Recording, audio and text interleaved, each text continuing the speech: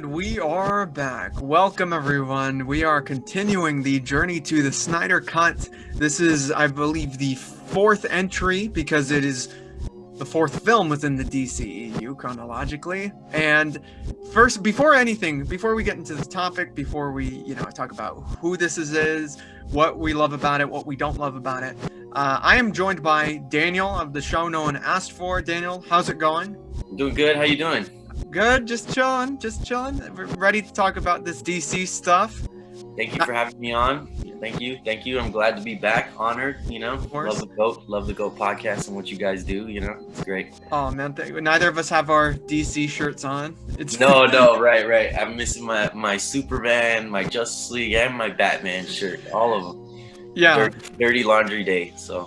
Yeah. See, I wanted to talk about Wonder Woman, but I got the RoboCop shirt on. Yeah, so, exactly. So this isn't gonna work.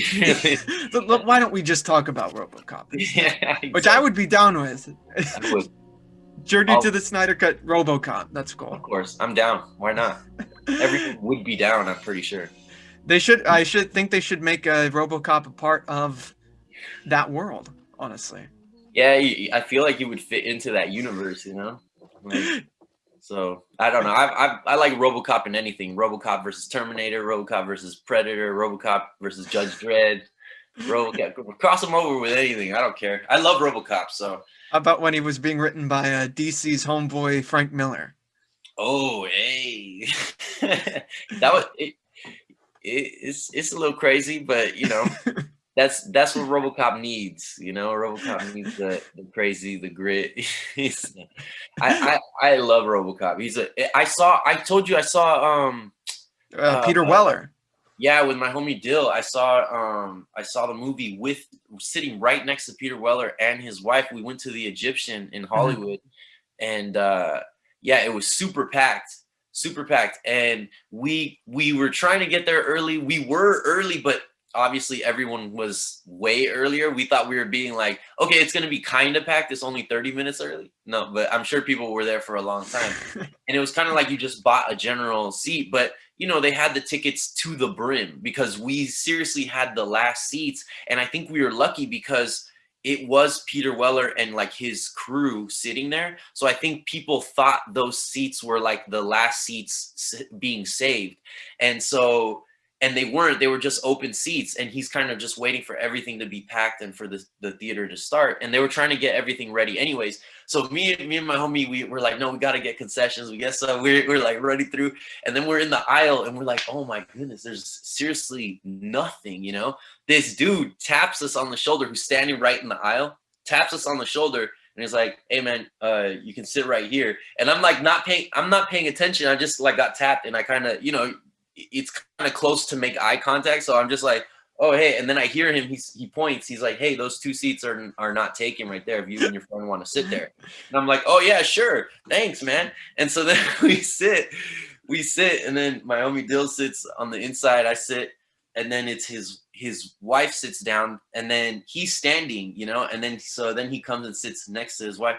And at first I'm kind of just like sitting, we're both just sitting and we're eating. We don't even notice until we're like, okay, we're settled in. And then we're like, all right, kind of waiting for the movie to start and taking it all in, like, oh man, it's packed. Yeah, it's packed. And then we look, and he's Peter Weller he's the guy that tapped me in the aisle. He's just standing there. And so then I'm looking, and I'm like, wait, hey, Dill. And then I was like, yeah, what's up? And I was like, is that Peter Weller? Is that RoboCop? Murphy? And then he's like, that's Murphy. Like, just super serious, that's Murphy. We were like, oh my god. And we're sitting over, and then I could have sworn I heard one of his homies be like to his other homie, like, I think he just noticed that's Peter Weller. Like Peter Weller told him to sit down. And I was like, oh shit, because I was going nuts in my seat. And then when he sat down, I was like, oh my goodness, he's sitting here. He's sitting right here. So we got to see RoboCop with Peter Weller and with him. right with him, like super close. It was super fun. It was quite an experience because there's like a few movies that Hmm. are the movies that got you into cinema when you're a Hmm. kid that like really wowed you. Godzilla is one. Even the first one did it to me, but RoboCop for sure.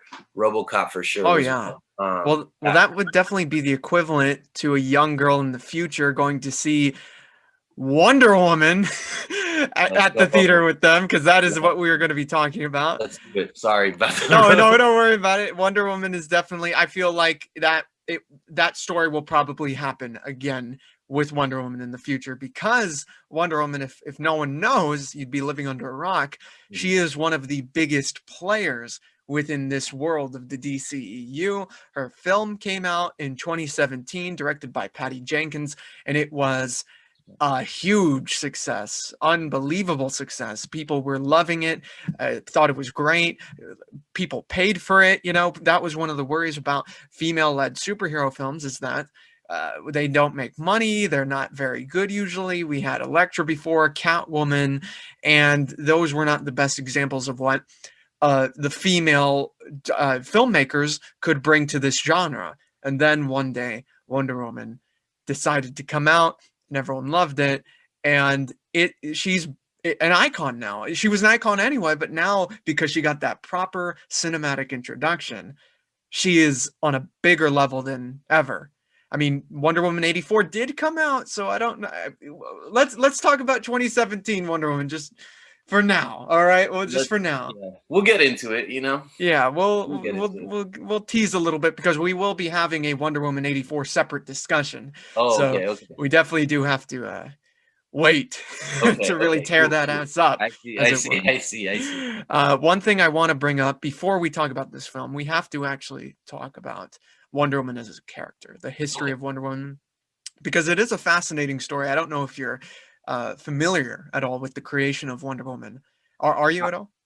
Yeah. I mean, there's right there. Isn't there like several iterations? But there's the one where she's sculpted, and then Zeus Hmm. gives her. Well, yeah, That's there's from the the there. movie, right? And that's like Yeah, what they they kind do. of bridge a couple different origins That's what together. I'm saying. Yeah. So there's, Yeah. there's a couple of them, but that's the one people know, and Hmm. Ares is her dad is the other one, right? That's from Yeah. the cartoon. So yeah, there's a few, right? So yeah, I Well, mean, there's the origin, and then there's the creation of the character. Like the man, the writer who decided to create Wonder Woman, I find him to be a very fascinating type of guy, honestly, yeah, because it's just so unthinkable. Like, okay, wait a minute. This guy had this type of past, and he created a character that is so iconic. Now, the guy who created him mhm. was someone named William Moulton Marston. I hope I'm not butchering that. William Moulton Marston. He was a professor at several universities: American University in Washington, Tufts University in Massachusetts, and eventually he ended up at USC over here in California. This is the guy right here, and this is Sensational Comics, where he was writing Wonder Woman. Uh, it's a very interesting story with him. He was a professor. Obviously, he was married, and he got into a polyamorous relationship with his wife and a female student. So, which obviously, ethically, I don't know. I mean, everyone's going to have different opinions on whether that was the right thing to do, but obviously, the family did hold tight together because they raised kids together. All three of them. It was not a weird thing for the kids, because they grew up seeing three partners working and together. and yeah, and from what I'm aware of, they lived together, at least even after he died. Yeah, The wives lived together until they died. yeah, So it wasn't. I mean, they were all like, I don't know. Clearly, once he left, they could be like, okay, now we're done. But they still stated they obviously liked each other, and yeah. I don't know. There's something there, but I don't know. Yeah, not a maybe not a good look. I don't know. Well, So. I mean, it's definitely like an argument for relationships not just being like man, wife. Mhm. It's not, especially during those times, the Right. 40s, Right. where things were very conservative, mainly in terms of American culture. You know, the broad strokes is the America that people refer to nowadays as being the good old days. Mm. It had this air about it being like, okay, what, we got to call the police on these people. What they are doing is inherently wrong, and they Yeah. are going to mess these kids up because it doesn't conform with how we're doing it in our house, you know?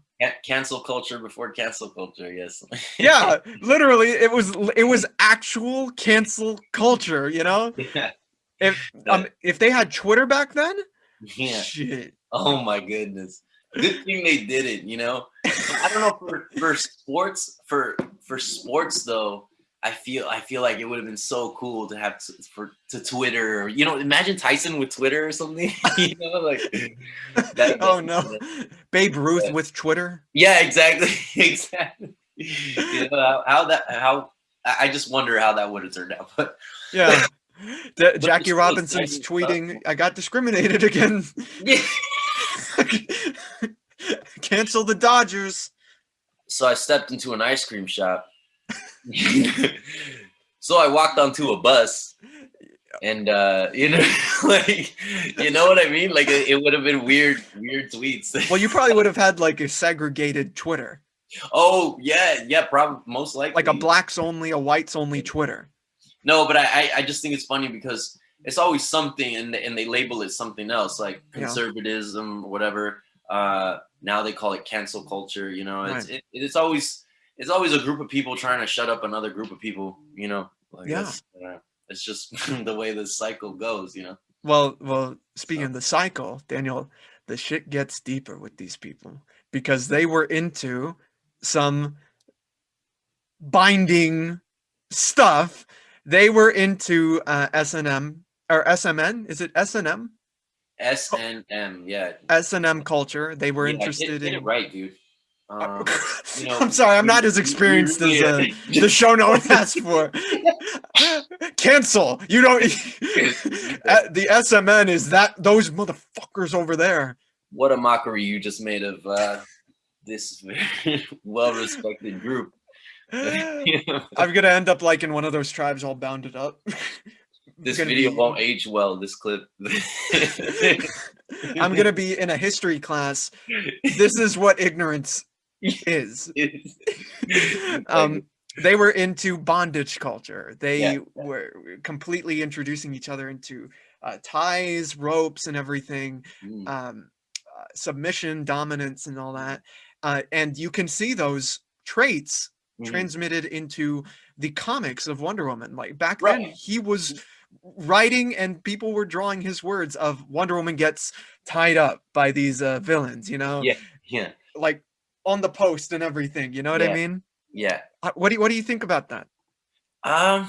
So it's kind of hard because like I don't know the guy, and I'm not saying like, you know, I don't know, I wouldn't have known that. That's really deep, like knowing what that dude does in his bedroom, to be able to even judge him on that, you know what I mean, is weird that I even know that information. So like Yeah, I mean, history is history, right? And things yeah. come out, and it is what it is. But that was, I guess that was their relationship. Maybe I don't understand, like I'm not about about that. Like this doesn't work.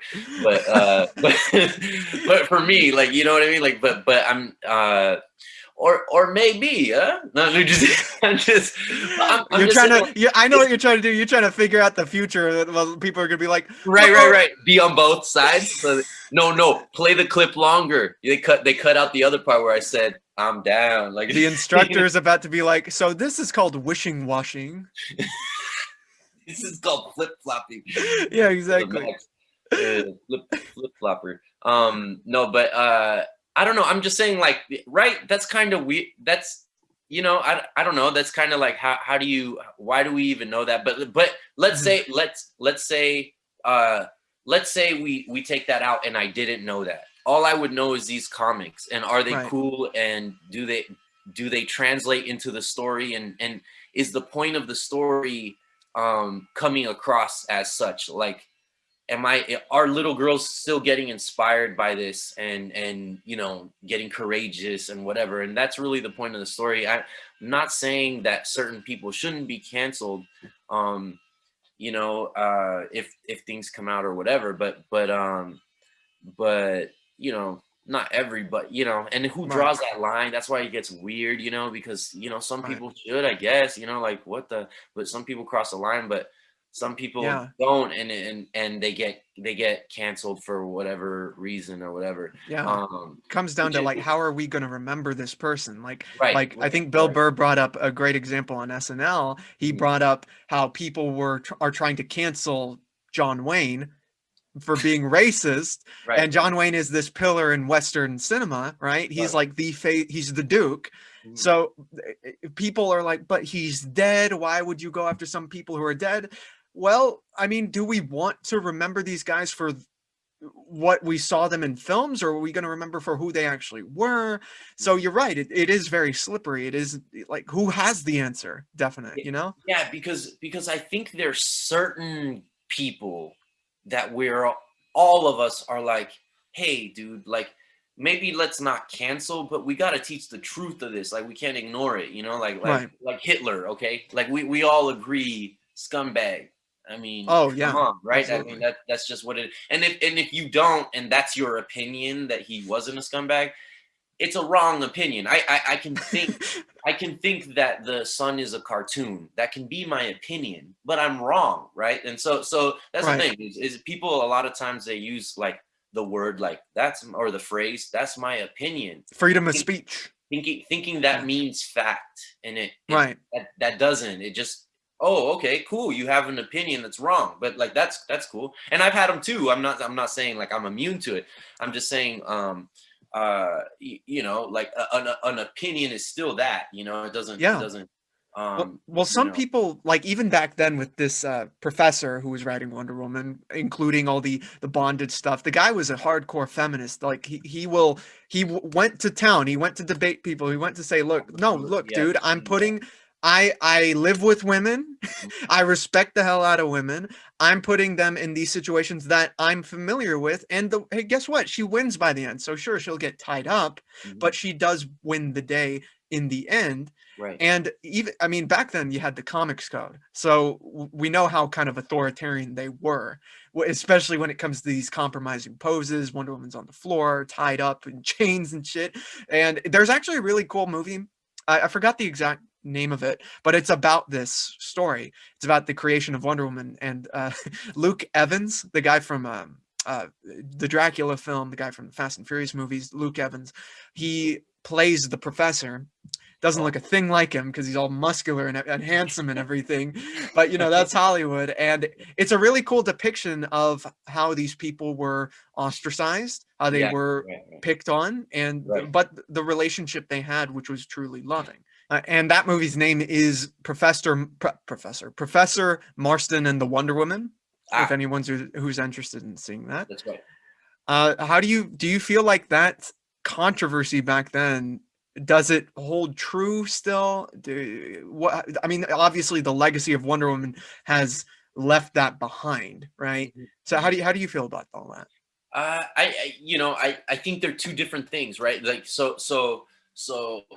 I try, at least in this instance, right? Like so what I'm saying is sure there's people that cross the line that hurt people. Yeah, There's a difference between like people that go out and they hurt people, and now we're talking like, okay, how do we want to remember them? Him having a relationship that maybe is a little weird to me and I don't really understand. I'm not going to jump to say it's right. I'm not going to jump to say it's wrong. It's just not for me, at least in this particular instance with this particular guy and yeah, this particular legacy. For me, it's just like a weird relationship that I probably shouldn't even know about, that two consensual adults agreed upon, and I shouldn't really even know. I only know because of the documentary and like history has come out, so I know that about him. But I didn't know that even until maybe high school. After high school, I had already read my Wonder Woman. I had already felt the way I felt about Wonder Woman. yeah, Um, And that feeling of like how I feel about Wonder Woman, the character and the stories and the movie, wow, yeah, that's what I translate into now my daughters, right? And now I show them characters like She-Ra, Wonder Woman, these type of characters. Yeah, the Powerpuff Girls, like any, and that's just them. I show them male characters too, because obviously they love Spider-Man, Superman, Batman. They love all those characters. I'm just saying, like Wonder Woman. I'm not like, oh yeah, and hey guys, the guy that wrote this type of relationship too, and like that's you know what I mean? Like I don't know, maybe when they're older and it's like a cool tidbit to have. When they watch this video in When history they watch class. the video, right. But when there's some context to that thought, but right now I feel like there's no context, and they don't need to know that. So I don't know. It's Yeah. just so I it's just Wonder Woman. Is she cool? Do they like her? And the answer is yeah. So Yeah, it's absolutely. And speaking of context, there's a lot of context from the professor's personal life that was bridged over into these comics. Obviously, you had the female centric character, and she lived on an island only with women. There was the bondage stuff. There was the truth, because this guy was also the creator of the lie detector, which is crazy. Like he created two of the most, something that's used and something that's entertaining, right? It's, to this very day. When did you know about that? Because I only found out a couple years ago. Probably around high school when I started reading about the character, like the creator of Mhm. Wonder Woman. That's when I was like, oh man, the dude who made the lie detector too, And that's when it started to that's when it started to click. Like, wait a minute, like this dude had a, a bunch of wives, island with just women, right? Like just like a house with just women, basically, like the outnumber the men, right? Um, uh, Steve Trevor, being the guy to being the guy, like he's the guy, he's the guy, I guess. Mhm. And then you start looking at the ropes and the bracelets, the Yeah. gauntlet, and the type of outfit and stuff like that, and even the type of adventures and stuff like that. You see the influence. But that's what it is, right? It's influence. Like he's not showing me bondage, and maybe in a weird way he is, but Mhm. that's not what he's not trying to. That's not what he is. He's writing a story, and then he's like, oh man, this would translate really well into this, Into this story, in this into this story. situation with these Right. stakes, right? I mean, this may not be a good example, and I don't. Maybe I shouldn't use it, but I was thinking maybe like wrestling, right? If Mhm. someone, I don't know, that has never seen wrestling, I guess, and has no context and watches it, would be like, wait, are these guys like, are they gay? Is this real fighting? Like, why? But what's the purpose though? Is there an outcome? Like, I don't get it. What's happening? It's just a show, right? That's cool. Okay, cool. But this is kind of weird, right? Like they would be, but that's not the purpose. Like the purpose is just to entertain, just for you to sit there, and Yeah. that's the purpose, to be like, whoa, Um, uh, so and does that message carry across? Yeah, they're not trying to be sexual or whatever. It's just wrestling, and then that's what it is. If someone can, I don't know. Mhm. I don't know. I guess I'm saying you can have your mind in the gutter about everything, or most things. So you Mhm. can do that, and Wonder Woman is a easy target because of the lasso and all that. Yeah. But then, like I said, that's where it's not just that, where the lie detector, and the lasso of truth. You see that this guy is just drawing from his life. He's not specifically trying to instill bondage in the American culture. That's not what his goal Right. was. Yeah. His goal was actually like, hey, I want to empower, I want a woman with power, a wondrous woman. How do I write that? This is how I do that. Oh, but where am I going to get ideas from? It's me. It's not anyone else. It's not you and me. Like I would draw from my experiences. I would draw from soccer and my family, Yeah. martial Definitely. arts, like things I like, other comics, Mhm. this dude just looked around, and that's where he drew his ideas from, and he presented it to me like this, and I read it, and I was like, wow. He wasn't like, oh yeah, and do you get it? Hey, hey, did you get it? Did you get it? Like no one, no, he wasn't doing that. He was Is like, that hey. is that what you hear from like Ryan Johnson films? Did you get it? Yeah, did you get it? Yeah, no, oh my goodness. No, maybe not his films. Who's the guy? Darren Aronofsky Oh, sometimes. Darren Yeah. Aronofsky, Mother. Did you understand Did it? you get it? Did you get it? You didn't? Oh, okay. Oh, Oh, you don't understand. Watch more movies. it's like, did you get it? No, of course not. Of Oh, course, you fool. Good. dumbass. Yeah. No, actually good, right? Isn't that their goal, right? So you Oh, tell right, yeah, good. Well, I got it. Right. they're like, Well, that's possibly what his Batman movie would have been like, because he oh, was going to do a Batman movie. oh, oh. Yeah. Yeah, I Anyway, wonder how that would have turned out. Now I'm curious. I am curious. There's a Now, concept art, so since it's everyone's interesting. doing a Batman movie, why not, right? So I want to talk about the first appearance of Wonder Woman in comics, and of course, it was in All-Star Comics #8, the Justice Society. They had Wonder Woman show up in there, and Wonder Woman was, ironically, the secretary for the Justice Society, which is kind of hilarious nowadays because she got her movie before the Justice Society is, well, they're going to show up in Black Adam, but she was there first cinematically, television wise. She beat them at their own game, essentially. Um, and she's going to be showing up in an animated film with the Justice Society set in World War II, I believe. Wow. So that's going to be interesting to look at. Yeah. What do you think about this specific introduction with her as the secretary with this iconic team?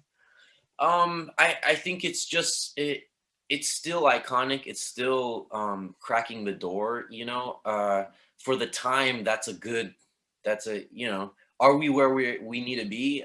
Probably not, but people are going to look at even this Wonder Woman movie. That's funny that we're talking about this All-Star comic. It's Yeah, a Wonder Woman. She's cracking the door open, and once again here with the movie, here she is cracking the door open again for female characters. And yeah. so do I like it? No, I mean, in hindsight, we can look back and be like, idiots, like what? You didn't know. You Yeah, had no yeah. idea.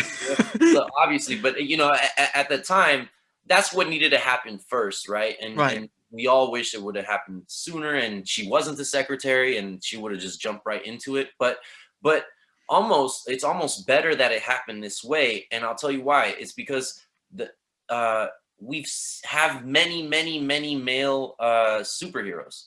Yes. And so because we have so many, I guess the market is kind of saturated, or demand is kind of saturated. So then when you have a good female character, she can stand out because there's not this like ocean of female characters, Not that Yeah, there's not a absolutely. lot, but that stand out. If you really dive into a character and make one really good or great, then it's easier for the female character to stand out and sell to basically half of the world's population. You know what I mean?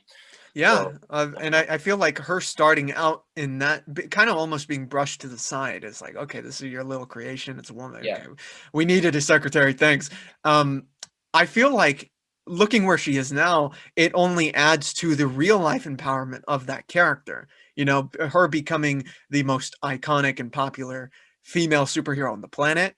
Her starting off in a place that was almost, I mean, borderline disrespectful. I mean, they probably honestly at the time didn't even think the character would be more than just that. Kind of like what the secretary in Ghostbusters is. It's like, imagine we get her and then she gets her own series, her own films, her own books and all that. It's kind of, they're probably thinking of it that way, Mhm. But here Wonder Woman is years, decades later, nearly a century later, with films done and planned, right?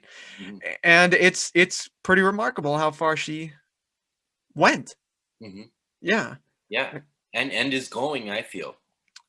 exactly. Even So if something like 84 came out, there's always that first film, and people really, I feel like, get emotionally attached to it, especially because it is pretty much the first successful female superhero film. On that level. I mean, Jesus. not Supergirl? for 90, what was that, 93, 94? Where they show that cardboard picture of Superman. It's like, that's my cousin. That's my cousin. And I remember that was a TV movie at first, I think. I'm pretty sure Oh. they showed it on TV and then it came out on like VHS or something. Well, Yeah, I was yeah. actually talking about Barbarella, so you know. And there we go. Barbed wire. What's Electra for sure, dude. Oof, that's a masterpiece. Oof. It's on my Mount Rushmore with Catwoman, you know. That's Whenever Angel wants to tell me that Daredevil was good, I say, okay, but it made Electra. Daredevil was good, he says. Okay, maybe he's not here. I won't go any further. I just know I've gotten into arguments with him and Rob about the director's cut, bro. It's always these cuts. It's always these cuts, man. Yeah, it's the cuts. And they do improve it, but it's just funny because it's like the one like fan service scene that the director wanted to put in the studio that doesn't fix an entire movie. Are you wowed at that one because you saw the director's cut and it's like 5 more minutes of really cool scenery, you know? Like, yes, but that doesn't make, I mean, what happened still happened. Yeah, you know, let's wait till Angel, because that was an unfair little jab, right? Yeah, it's unfair, but yeah, you know. But it's true. But it's Angel, yeah. You know, Angel, thank you. Watch more movies. Watch out. He's gonna be lock me out of the account. Exactly. So what was your first exposure to this character of Wonder Woman? With Superman, actually. Oh, really? So, yeah, like seeing her in the Justice League. Not with Superman, I guess with the Justice League. Mm-hmm. That was my first time reading comics and seeing her cross over into these other comics, and then, you know, and knowing she existed. I mean, when I found out, you know, Super Friends, all those, you know, like when you're just a kid and you're reading about these comics, you're like, oh, okay. But I remember it being in the comics, seeing her, and then seeing the cartoons of the day, like you know, on VHS, the old ones, and then even the old series. The live action series, I watched that. Yeah, who had that one? My uncle. Linda Carter. Yeah, with Linda Carter, I watched that one. And then, yeah, and that was kind of my progression, my exposure to the character. I just kind of wanted to know what else was out there, you know, from her, and that was up until these movies. That was really all. That's it. And then, oh no, I take that back. Then there was the. That was a DC animated movie that wasn't that bad. It was. Oh yeah. It was pretty good. I never actually saw that, Okay, but I've heard it's really good. Yeah, it's pretty good. It's pretty good. It carries you through. You know what I mean? Like you're entertained through start to finish. It's not like Under the Red Hood or Dark Knight Returns Part 1, Part 2. It isn't. Mm-hmm. It's not like that, but it's pretty entertaining. I would say all the way through. Yeah. Yeah, mine was definitely.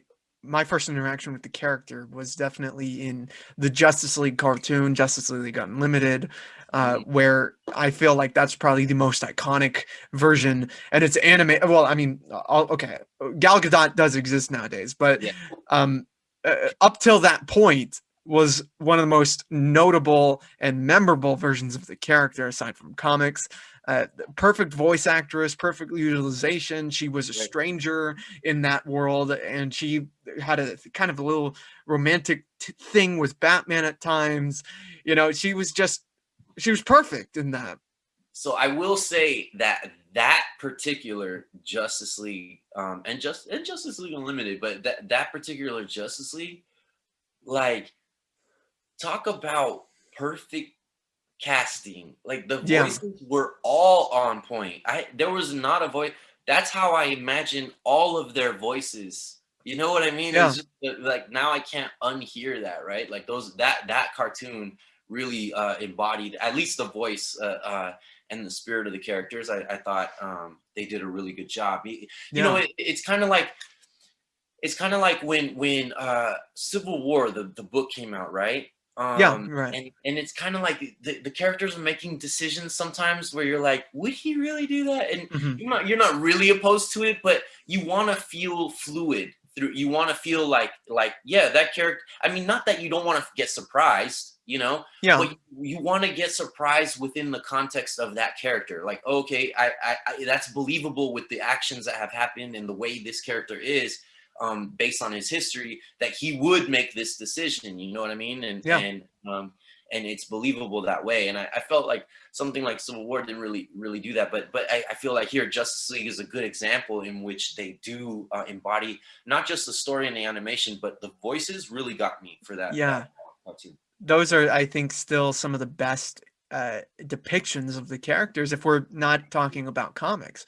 I You know, agree. for like the Green Arrow, for example, on that show is like my Green Arrow, you know, the Yeah. wit, the charm, the voice was perfect. I feel like everything about that was phenomenal. And that's saying something, because at least I would say at least the first 2 seasons, maybe 4, definitely the first 2 seasons were really good for Arrow live action, the show. Mhm. I thought they were pretty good.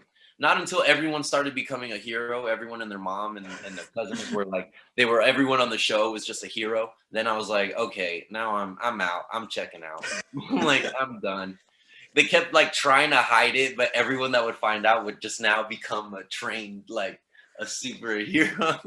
Well, once you say like, okay, who's that guy? That's Dinah Lance, my friend. Yeah, Everyone is gonna be like, oh, so that's gonna be Black Canary. That's how the show started to become. So then I Right. was like, oh, okay, I'm out. This is not really that interesting anymore. But the first couple seasons, when it was what's his name, Anel, Stephen Amell.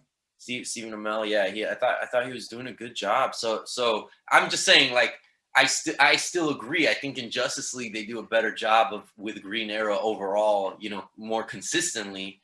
And God, just and everyone on that show, man. and the bar is set high, and you can see it by Arrow, the show. You know what I mean? Like, they're trying to reach that character. So I was kind of glad, because Arrow's a good character. Green Arrow's a good character, and he doesn't get a lot of shine, because there's like Batman around, Iron Man, Superman, like there's Wonder Woman.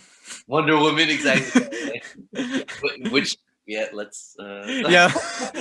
Well, when Wonder Woman became a cultural icon, I feel like there's a very specific point in history where she became a household name. And I think it did happen in the 70s when that show with Linda Carter came out. This was a very specific point in history for feminism. It was rising. There were marches, there were parades, there were people speaking out, going on television, all these women saying, look, I'm not going to be disrespected. I'm not going to be expected of certain things, And this was a character that was kind of an icon, kind of the flag character, if you will. I mean, you had like the $6 Million Woman, and characters like that. They were trying to push these stronger female characters, but Wonder Woman, played by Linda Carter, is, I mean, just look at her right now. Yeah, That's it. That's it. Yeah. That's Wonder Woman. She killed it. She killed the role so much so that she, I mean, like you said, you save it to another video, but so much so that she, spoiler alert. Spoiler alert for Woman 84. But Woman 84. Yeah, Wonder Woman 84. But she shows up in the end credit scene as their like most fierce warrior, even though they say that about everyone in the this is our most fierce warrior.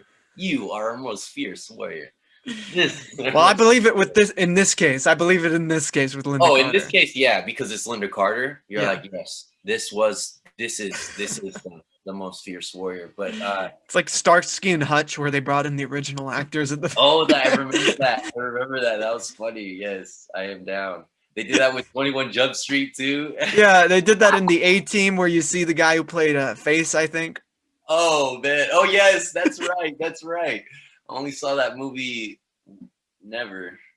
So no, I'm just kidding. I'm just kidding. Too busy watching Powder. Yeah, exactly. Powder was the one. Did you end up seeing that? No, that's still on the list. I've been editing stuff. I've been working, man. Good. But yeah, that's Linda Carter, and that was it.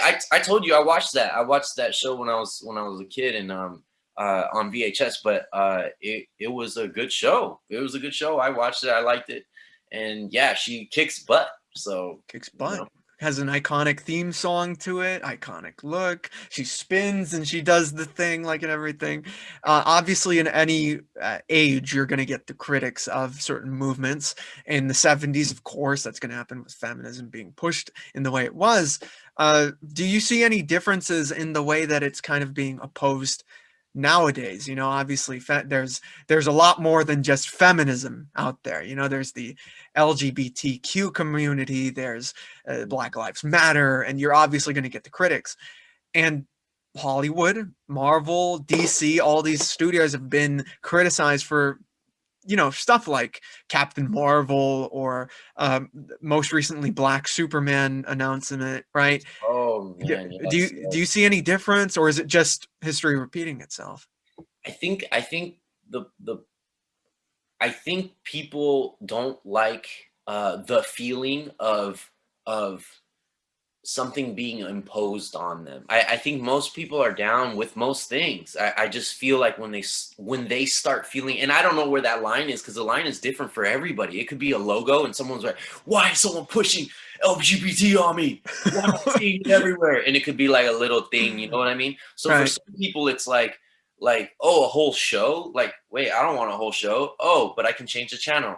All right. But Yeah, some people are like, you have a whole show that's imposing on my life, you know what I mean? And exactly. so you know, for me at least, it's like it goes back to what, you know, the creator of the Wonder Woman thing. Like I don't know, that relationship something I'm cool with. I don't know, I've never been in something like that. You're not gonna get up like out of your seat on the bus if like three people and a couple, obviously like a couple, you're just gonna be like, you're not gonna be like that. No, but that's what I'm saying. It's yeah, it's like you know, all these things like that, you Ooh, know, careful. that you mentioned and people criticize or whatever. I don't know. I I think there's different lines. I think there's gray area with everything. So you kind of have to take each situation as such, because sometimes a lot of times what will happen is people ride the wave of a movement and kind of use the movement as an excuse for their agenda. And so then, you know, so you have to be careful where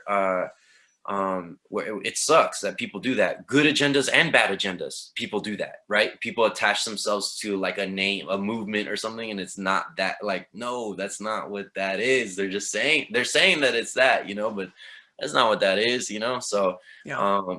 um so you know, there's always going to be critics, but progress still has to happen, change still has to happen. Yeah. um you know where I say see it a lot is in hip hop, right? Like, I was born in 85, so you know, I had the whole 90s to grow up with hip hop and that whole era. So you know, seeing what's out now, for me, I'm not one of those old guys that's like, oh, well, stupid kids, you know, because I know that when I was listening to the stuff that I was listening to, there was people that were like, oh, stupid kids, like that's not hip Mhm. hop, you know, that's weird. At least they were speaking English. That's one thing that was weird. I remember Enunciating. I remember when Lil Wayne came out and me and my homies were like, dude, this is the beginning of the end. And they were Oh, like, damn. what do you mean? And I told them this. I said this. I was like, dude, this is the beginning. He's the first. And they're like, what are you talking about? He's good. And I was like, he has good songs. I listened to some of them, but he's the first.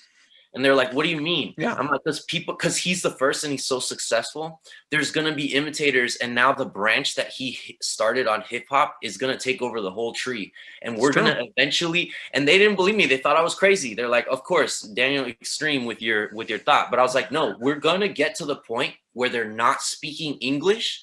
And not only are we not going to be weirded out by it, we're going to want it. We're going to want songs where dudes are not even speaking English. I Yeah, guarantee dude. it's gonna happen. That And it's was not even just in hip hop. it's There, not I yet. was shown this past weekend this black metal song where it was like, oh my god, this dude on stage without a shirt on, all these dumbass tats on him, and he's like it's going hard, the beat's going hard, but he's like going like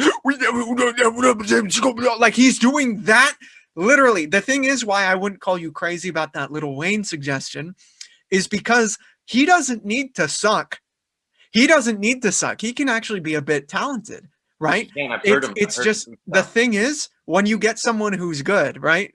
You're gonna get the ripoffs, and Yes, the that's the ripoffs problem. they tend not to be very good, And and that was my point. yeah. I mean, look at Chinatown. Right? You want to buy an action figure, a quality one in Chinatown, you're going to get Spooderman rather than like Spider-Man. You're going to get Batman, this cheap ass Batman figure in the in the Avengers packaging.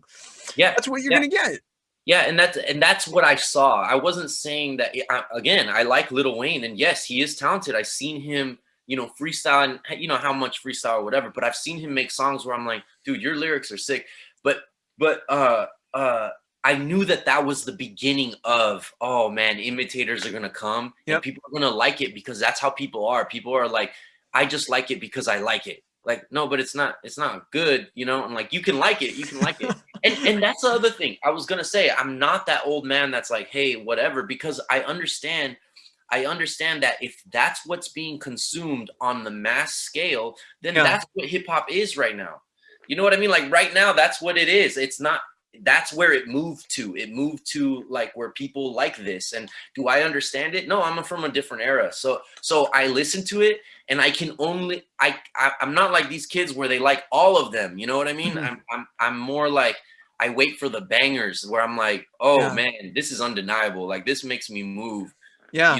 I don't understand what they're saying, but the beat and the way he's saying it and the delivery, which is what a song should do, you know what I mean? Or however people want to interpret it, as long as they enjoy it. Yeah. But what I'm saying is, movements happen, and they just come in waves, and it's just what it is. I mean, eventually, 10 years down the line, like my kids are going to be listening to a way different version of hip hop, Yeah, like they'll be watching different types of comic book movies. Exactly, different type of everything. Comedy's different now. I mean, it's just, we just don't know where it's gonna move, and so I kind of I'm like, am I okay with it? I don't know. I'm okay with it until it's not okay with it, until it affects me. You know what I mean? Yeah. So I don't know. That's I guess that's well, that also, that kind of rip-off thing does happen in the positive section also, because I mean, you can call it inspiration or emulation. Like, for example, if we're going to talk about hip-hop and relate it to what's going on in like the comic book movies, right?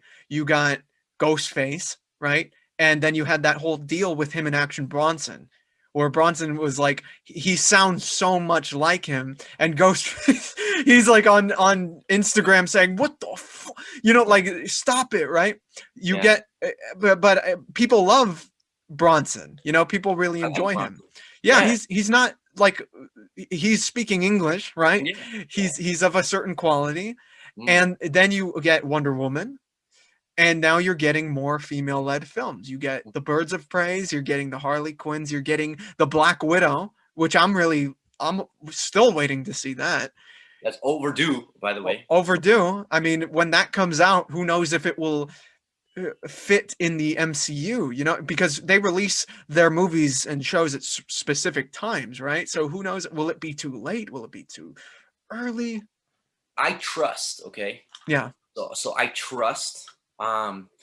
I've been weary about Marvel before with certain decisions, and they always kind of prove me wrong, but here's another situation where, it's kind of weary with the Black Widow. Like, we all know it should have came out a long time ago. We all know that, and so it's like, okay, we're gonna watch it because we've been waiting for it, but like, where is it gonna fit in? Are we just watching it because we owe it to the character, or does this fit into the story? Will I learn something new? I don't know. We'll see. And obviously they're gonna do Madripoor and all that stuff, right? There's like or whatever that they're probably gonna reference that thing that Hawkeye went through, right? Hawkeye. The Budapest.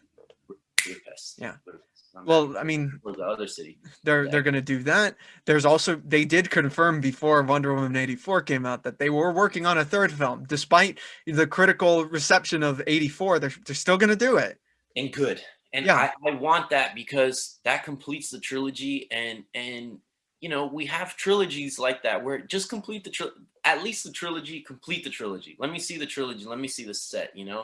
Yeah. And the first one was good enough to warrant a trilogy, to warrant 3 tries. I feel like I agree. And the character warrants it, you know? Yeah. And I think they can learn from their mistake from Wonder Woman 84. Because what happened? What happened there? Well, they What definitely would want to go to the roots of the first film, which we should probably start talking about. let's go. Yeah. The Wonder Woman, obviously, the premise of the film is about Wonder Woman Diana Prince on Themyscira. She meets Steve Trevor, who lands on this island filled with warrior women. It is set during World War One, and Diana is just learning about this because they're so secluded, and she feels the pain and misery within the world during that dark time, and she decides, I'm going to find the man responsible for this. And it's not, the assassin of the archbishop or archduke of was it Germany? Ferdinand. Archduke Ferdinand. Yeah, yeah. Yes, it's not the assassin of him. It's of course Ares, the god of war, because he is obviously feeding off all this terrible, destruction and lives Right, lost. right. So already you have a character who's completely convinced and convicted of this black and white moral standpoint that she has. He's like, no, Yeah. I kill him, and then it becomes better. Yeah. um, you hear this, Daniel, this premise. Mhm. What did you think? Were you excited about it? Yeah, yeah, I was excited, and I was excited because it made sense. I knew right off the bat that they're going with um just the right amount of training for her. You know, because Right. she makes certain decisions where I'm like, wouldn't she just be as a warrior? Wouldn't you say that is bred for war? Wouldn't you be trained to not trust people, like to know that your enemy is basically how you win a fight is deceptions, you know, deceptive hands, like you throw some feints and you hit them with a cross, you set Yeah. a jab and then you go to the body, you know, it's all Outthink it's the deception. opponent. Jiu-jitsu same way, right? You go for Yeah. the arm bar and then someone defends that and then you can go for the triangle, right? You go for something else because they're defending something else, right? So it was but it made sense because she's just like a young adult, you know, like she's coming off into the world. And did she get that training? I mean, we'll get into it, but her trainer, Her mother. dies, basically. So, Oh no, um, her mother is the queen. I'm sorry. yes, the Yeah. queen, yes, but the trainer, Antiope, right? And Antiope Yeah, or I believe so. Yeah. yeah, she's the one that ends up dying, and she so did she get that like the Batman training? You know what I mean? Like where you're training, like okay, now that you know how to fight like crazy, now let's move into like people are gonna try to stab you in the back, and how we can like prevent this and be more Yeah. stealthy and stuff. I feel like it's just right. She just became that warrior. She just beat her trainer. You know what I mean? And so for her to come out into the world and kind of be like, I'm just fighting, and if I beat my opponent, the game is over, because that's what she's been taught. That's what she's been Yeah. trained to do is kind of just win the game and win the drill, and then on to the next one, and then on to the next one until there is no more. Even if you see the training sessions when she starts when they finally agree to train her, uh, the way the training works, there's like one Amazon, and even when she's a kid, she's the kind of like trainer that stands before the Antiope, right? And so no Amazon can kind of knock her over. um Wonder Woman, she ends up doing it, so the only person left is is her trainer, because she knocked off like the big bad, right? Hmm. And so everyone's kind of looking like, that means you have to fight her. And so then, without saying a word, the trainer just walks over like, okay, I have to do this now. You're old, you did it, you're old enough now, you're good enough. And in that scene when she like defeats her, that's the purpose. That's what we've been, I mean, even when the mother agreed, she said, you bet her, I will only agree to this if you agree that you will train her to the point where she gets better than you. And right before death, in that scene with Steve Trevor, which is an amazing scene, that battle scene is crazy. She dies like an honorable death or whatever. Hmm. So it's literally perfect timing. And I think that makes sense with the type of development in her character, where she's like, yeah, I win, and this is over, right? Like, yay, you know, and and Steve Trevor, like later in the movie, shaking her, like, what if it's not? What if people are just making these decisions? Like, don't you understand? And we'll get Yeah. into it, but Yeah. I think it makes sense with the character. That is what I'm saying, Well, it's definitely about a character who is, though she's physically competent, she is definitely naive about Yes, how the yes, world works during times of war, how dark right, it can get, how creative yeah, sides can get, because she's yeah, also fighting. Um, I mean, there was mustard gas, which is types of weaponry, and I mean bullets and all that stuff that she's arrows. not trained for. You know, she's not trained for that. She's trained for like more of Greek Spartan-esque combat, Mhm, which mhm. could be very useful. And you get an incredible scene where she go leaves the trenches and goes straight on the battlefield, and she does the things with her bracelets, and I'm like, And she's like, yeah, with she does a cap, like Yeah, that that was is cool. sick. It's a Goosebumps. cool melding of both times, because you have like the Greek era and you have World War I, like just juxtaposed to each other. I agree. um but I love that it is about someone who does kind of get slapped in the face in terms of what real life is. Yeah, yeah. Yeah, what it can cost. She's under this delusion that if she finds Ares, kills him, literally everything will be better, and it's tragically not. But that's what I'm. It had to be that, right? So Hmm. I hope no one's. I haven't seen any complaints about that, but that makes sense with the character.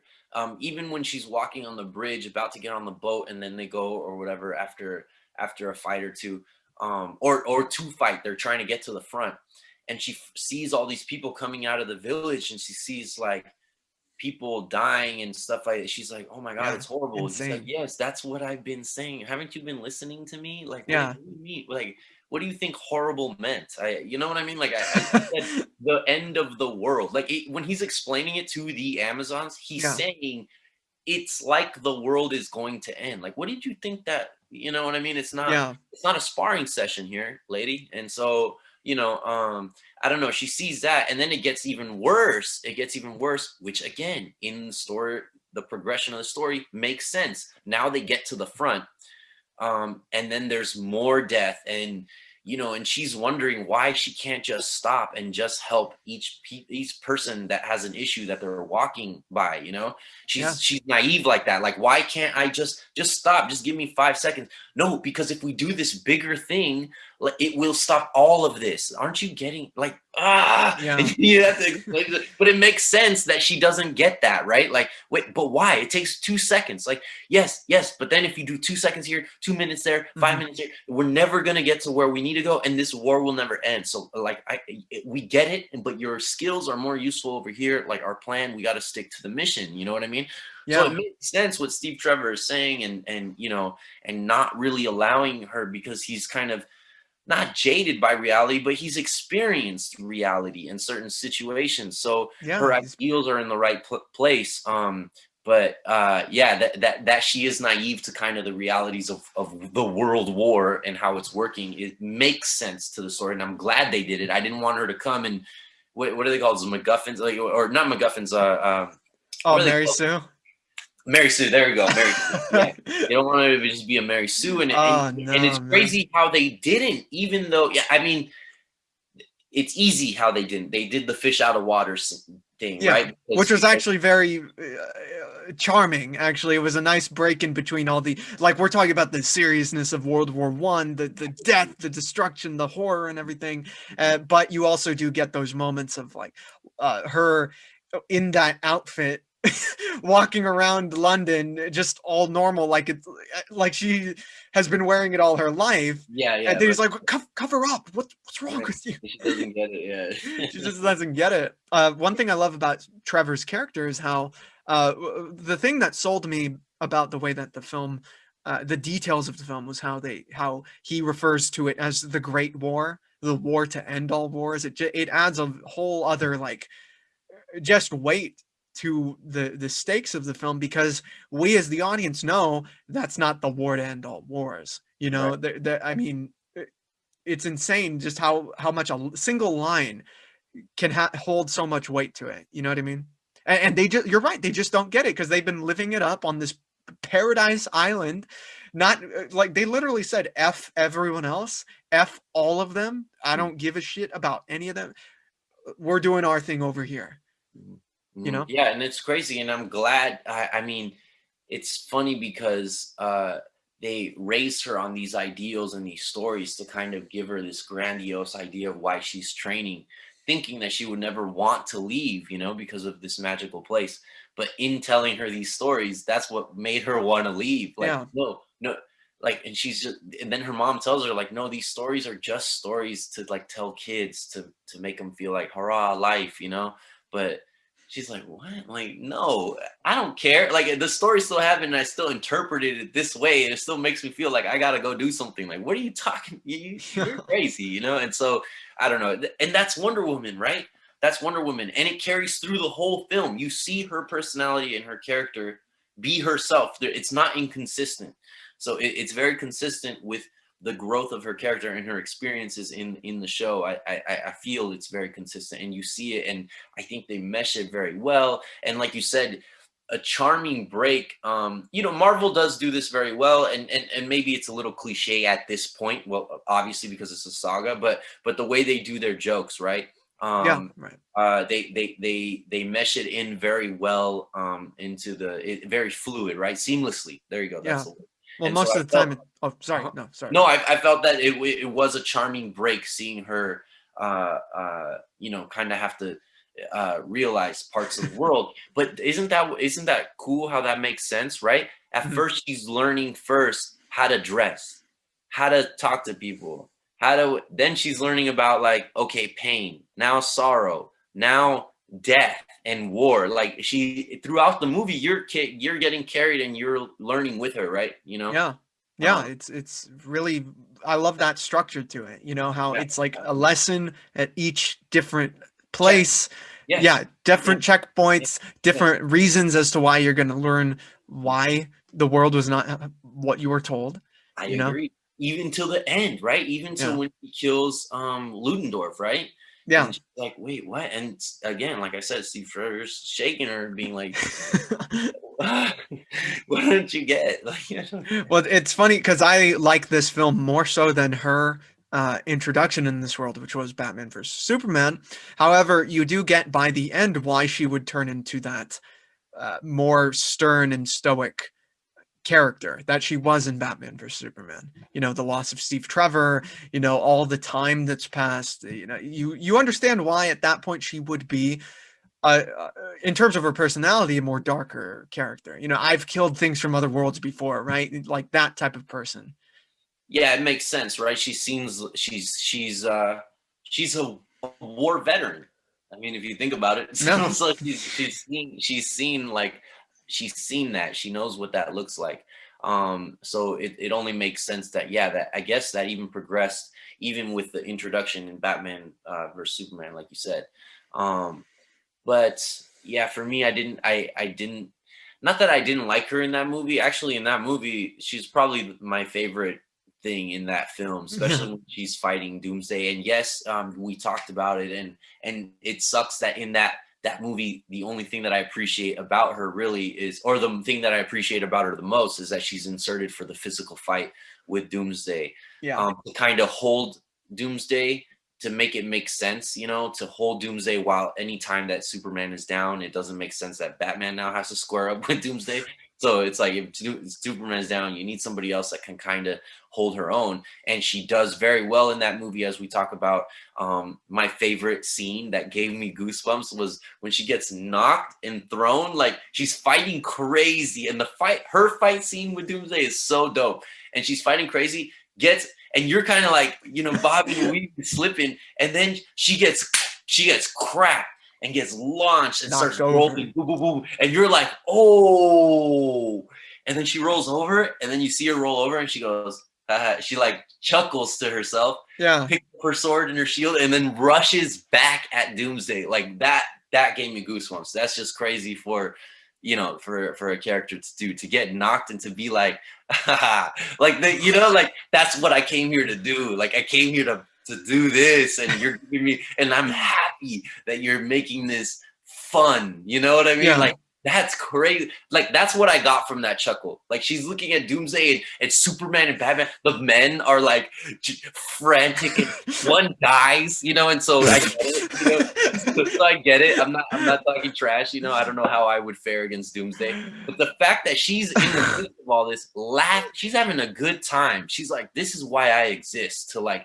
you know, to fight. Very Captain America, you know, ish, you know, like, even though he won't laugh and stuff like that, but and by the end of the saga, we understand that that's not true. But, you know, at a certain point, he's having battles with himself because he thinks he only exists for war, you know. And I kind of got that feeling when she's fighting Doomsday. So again, highlight of that film. And, you know, I don't really like the film, but that was that fight scene was dope. I mean, it definitely reminded me of like what Thor would be in, you know, what we saw in some of the Thor films. And I agree. Yes. I think it was Endgame, where he was kind of chuckling and making some jokes. It's like, no, give me the bigger one, you know, like that type of stuff. That's fun. That's fun, man. Like when you see the character like be like, you know, kind of like Rorschach when they're like, oh, they locked you in here with us. Like, no, like, it's not me locked in here with you. It's you locked in here with me. That's when it's like, oh my, they want this. They like this. They want.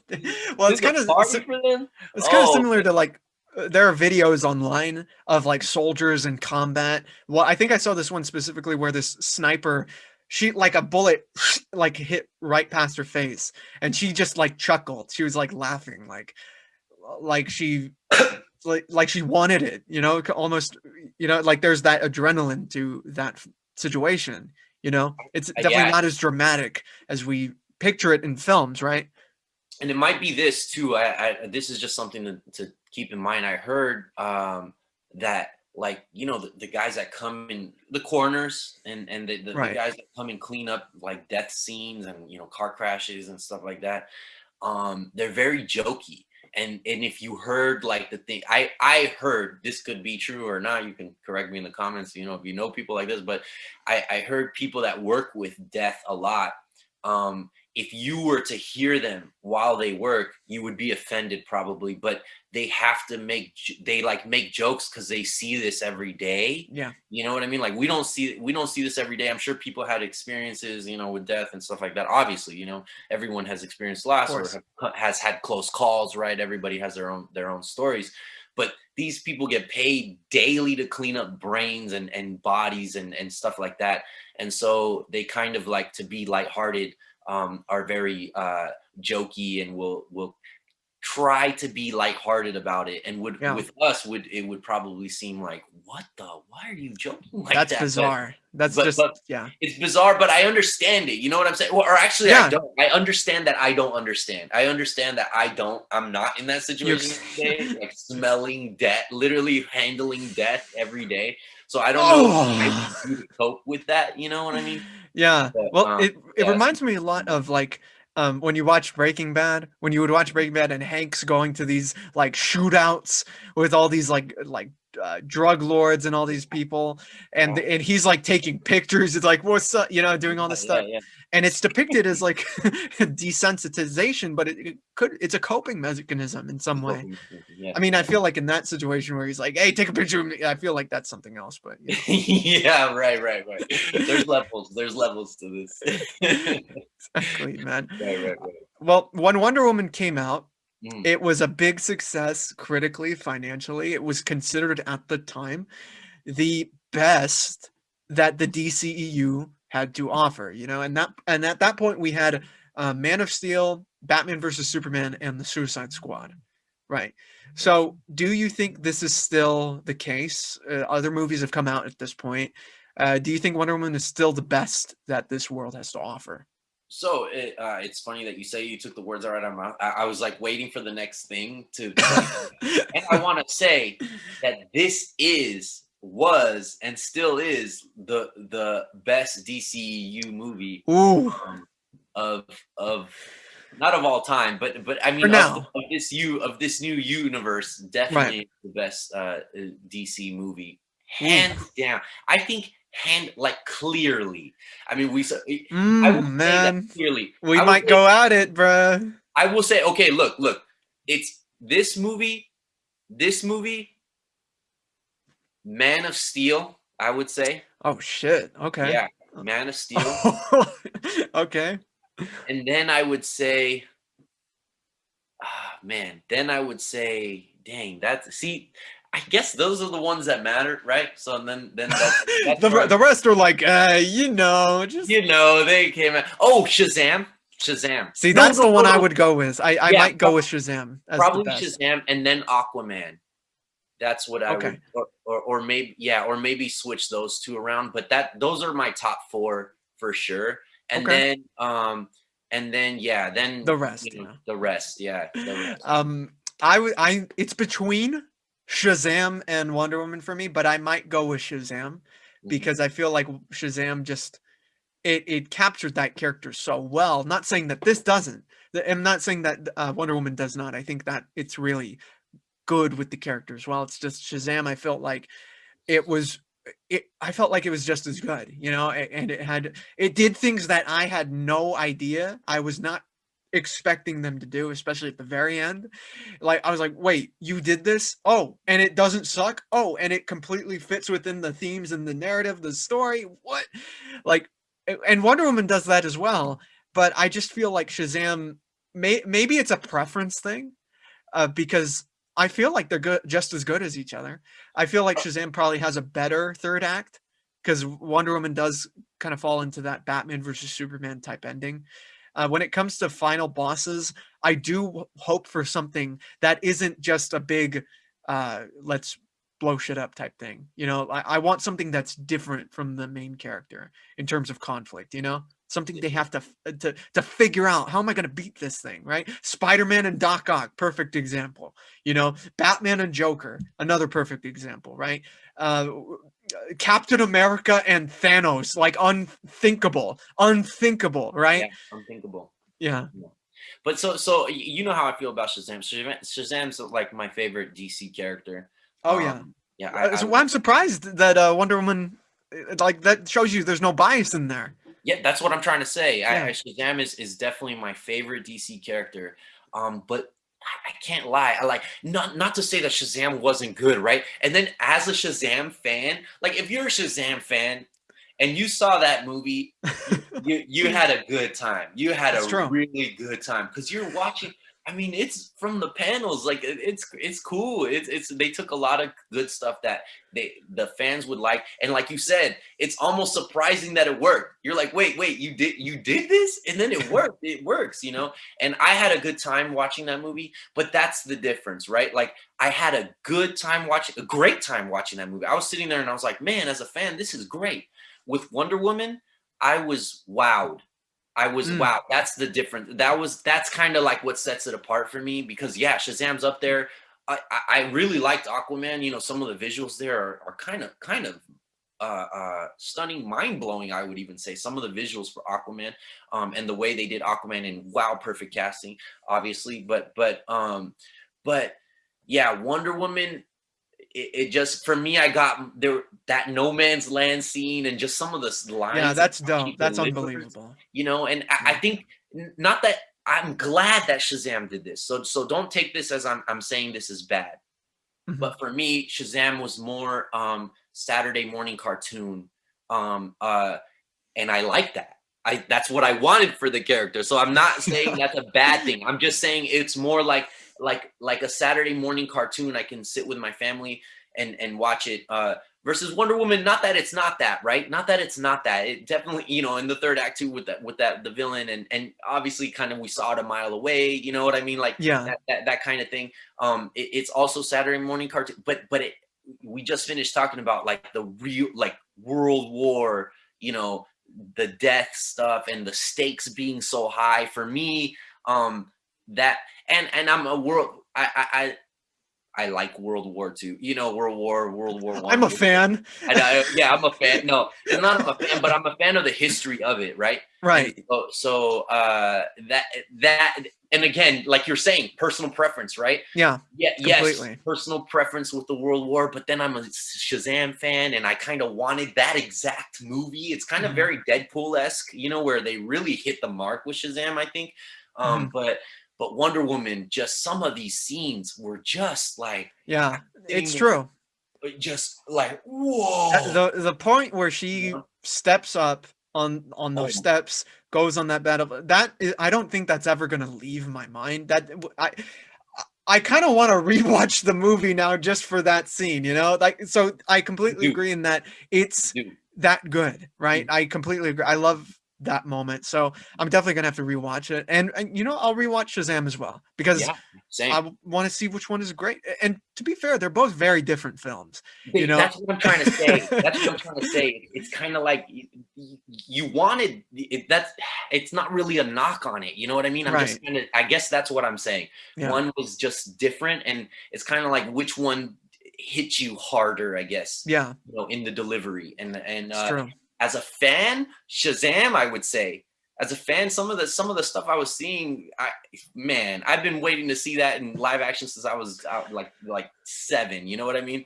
Um, um, Shazam! but yeah, but I can't lie with the level of awe that I was in watching Wonder Woman, and even like you're saying, the No Man's Land scene.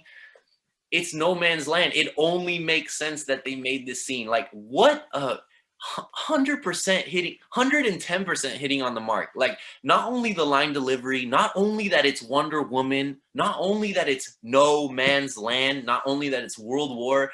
It makes sense. It hits so many boxes that it raises the hairs on the line delivery when they're like, no, this is No Man's Land. You don't understand. It's like it's not what we came here to do. And she says, yeah, like that's not what you came here to do. Mhm. But like that's What not I what I'm came here gonna to do. do. Like that's what I came here to do. Yeah, Yeah. exactly. And she starts stepping up, and then all these dudes, of course, like all these dudes, like a dude fest. They're all just staring Dude like, fest. yeah, I mean, they're standing there like not even comprehending. It's almost like asking a fish, like, do you know what it's like to be wet? Like they don't understand what she's doing. They don't even understand what she's doing. And what she's doing is the right thing. Like that's what she's Yeah. doing.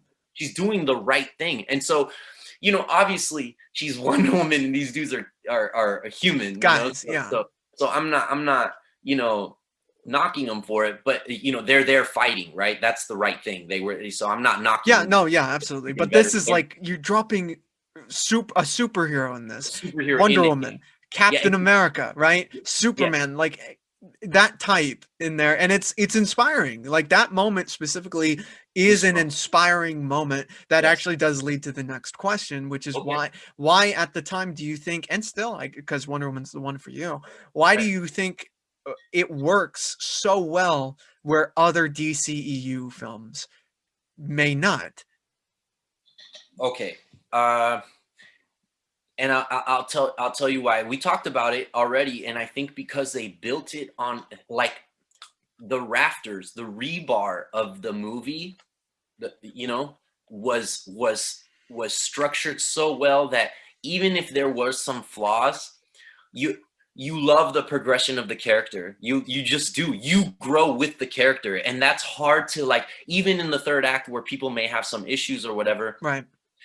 by the third act, that's 15 minutes of the movie that you're really gonna, you know what I mean? And it's just a superhero fight, like which we knew, like it's a superhero movie, so there's gonna Yeah. be like, it wasn't The Godfather, you know what I mean? Like okay, but we knew this going in, so I feel like the fact that the rafters, and like I said, like the structure of this film, um her checkpoints, like we mentioned earlier, and Yeah. seeing her grow made sense, enough for us to grow. And like, even if we saw some flaws, like I said in the third act, like the movie holds true, and it built for those goosebump inducing scenes. So even if it kind of falters in the end, which I kind of don't even really think so, but if we're really going to be nitpicky, then the third act is where we're gonna find those problems, and not even necessarily, we again, like we saw a mile away that the villain was That the villain. Ares was that guy Yeah, rather than Danny Houston's yeah, character. yeah. Yeah. Obviously, like that was kind of like, okay, but it's a superhero movie. It's Saturday morning cartoons. Like we just want to see it in live action, and I feel Yeah. like this is what we got, and so I think other movies, they fail because they I felt insulted, kind of like not insulted, like how dare you, but I felt like oh, this is not for me. This is for a child. I get this. I get this, and like I get it. Like Wonder Woman is a superhero, so already it's like for a certain market, you know. But what I'm saying is like, man, they really made this only for kids. So like what I'll say is the Birds of Prey movie, right?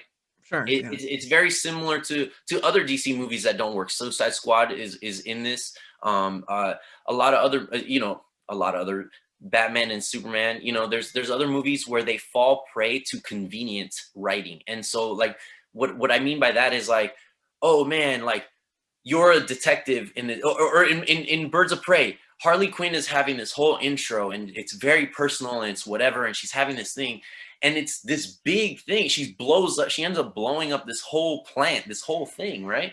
Mm-hmm. And it just so happens that like right down the block, convenient writing again, like the detective and like some other character that she's gonna know are looking at a death or something that happened right there. I don't even remember what it was, but it was just like some death that was right there. Like, oh hey, oh you're here. Oh, I'm Harley Quinn, and hey, I'm in the scene. And then they're like, oh yeah, and then this other thing is happening right around the block, and oh, there's another character that we met. Oh, nice. And like I don't know, it just and then everyone was trying so hard to be cool. In Wonder Woman, again, like I said, the foundation of the story breeds these moments where she can step up to the plate. These other movies didn't breed those moments, so you're left trying to make them cool. Like in Birds of Prey, you'll get Huntress saying a line where it's like, okay, I get it. They were trying to make me think that was cool, and it really was just corny. It was very, very corny. And so that's where I guess you're asking me the difference is. And the difference is here. The difference is Wonder Woman wasn't as corny as those other films. Which is crazy to think because it is Wonder Woman, a character who looks like that in that Like that, costume yeah. and everything, does the this thing with the bracelets and everything. I think that the reason why this worked so well and got people so excited and happy and everything about the DC films was because it expressed hope in a way that was needed in that world. You know, you had Man of Steel, which was hope was a theme of that, but it was kind of a more dreary take on it. You know, is a more quote unquote realistic version of it. You know, where here we're just like, well, look, this is a beacon of hope during a very dark time. There's someone who fought for the goodness of humanity, you know, and people like seeing that. And I think it's as simple as that.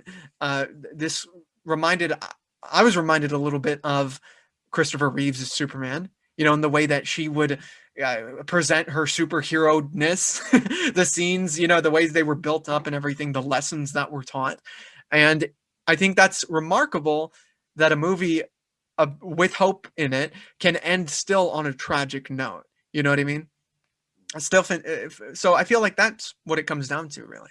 Yeah.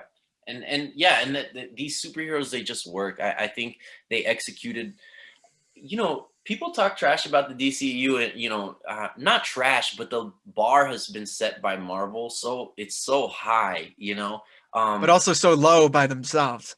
Yeah, by them. Exactly. And so then, but because right now when we're mentioning our list, like, I guess that's half of the franchise, you know, but think about it.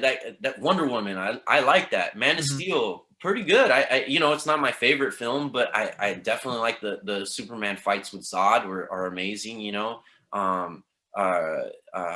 Jor-El is that the whole scene on Krypton is crazy. Shazam, I like. I had fun with Aquaman. I thought Aquaman was pretty good. I don't know how you felt. Aquaman's your guy, right? How do you like that? He's my boy. Well, Aquaman, I liked it. I thought it was cool. You know, okay. At the least, I don't think it was the best. You know, I don't think it's one of the better, but I had a fun time with it at least. Same. That's what I'm saying. It carried me through. Like, I was entertained enough, and I was like, finally, Aquaman has a movie, and it's not total crap. So I was like, okay, good. Like, this a little cheesy at points, but I mean, it's Aquaman. You know, that's what I'm saying. It's like kind of like do you want to take it away from some of the, these knocks, like these nitpicks? Like, do you even want to take them away sometimes? Like, do you want to even really correct them? Sometimes they fit the character. And again, with Wonder Woman, I think they hit it on the mark.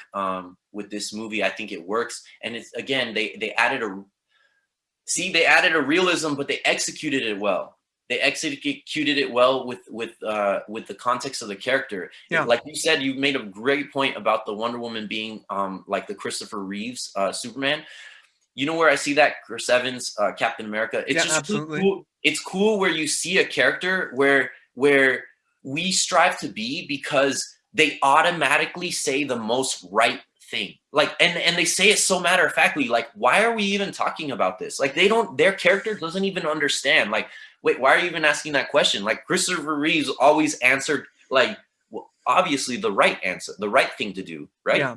And then you're like, oh yeah, like that is, and you hope in those situations that you would be Superman, that you would be Wonder Woman, that you would be Captain America, because they're always like making the rightest decision, like the most noble, the best decision that they can. Yes.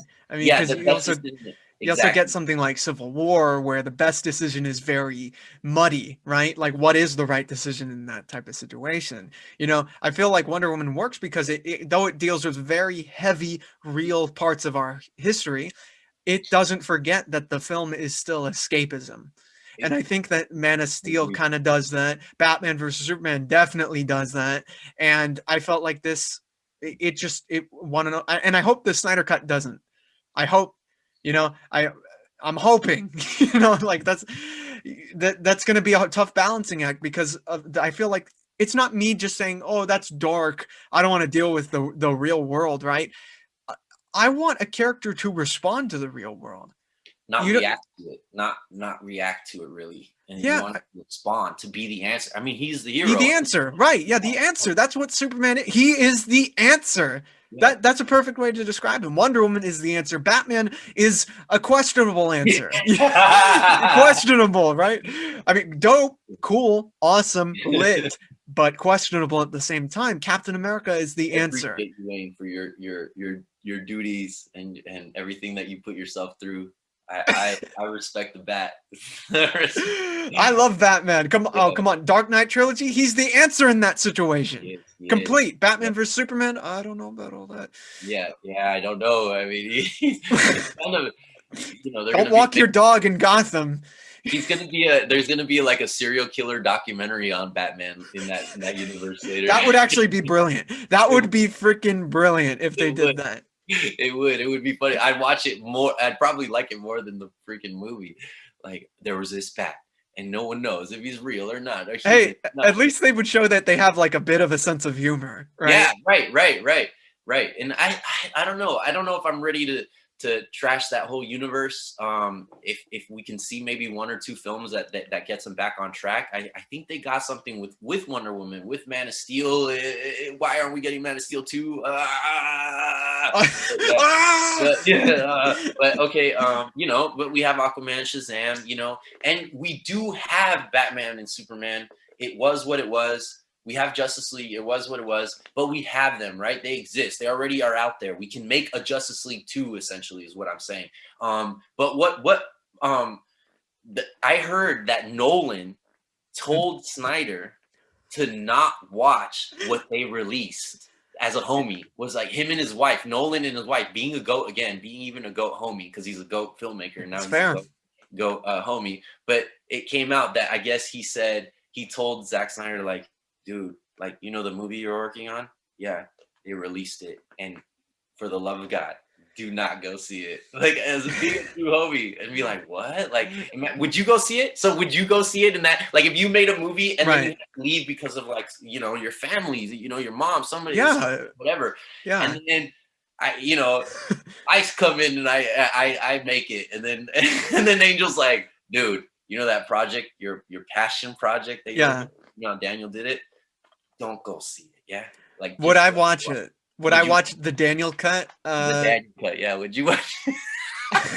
I don't know, honestly. Because they'd probably get me. I think it would be kind of like how we watch YouTube videos that we know will get us upset.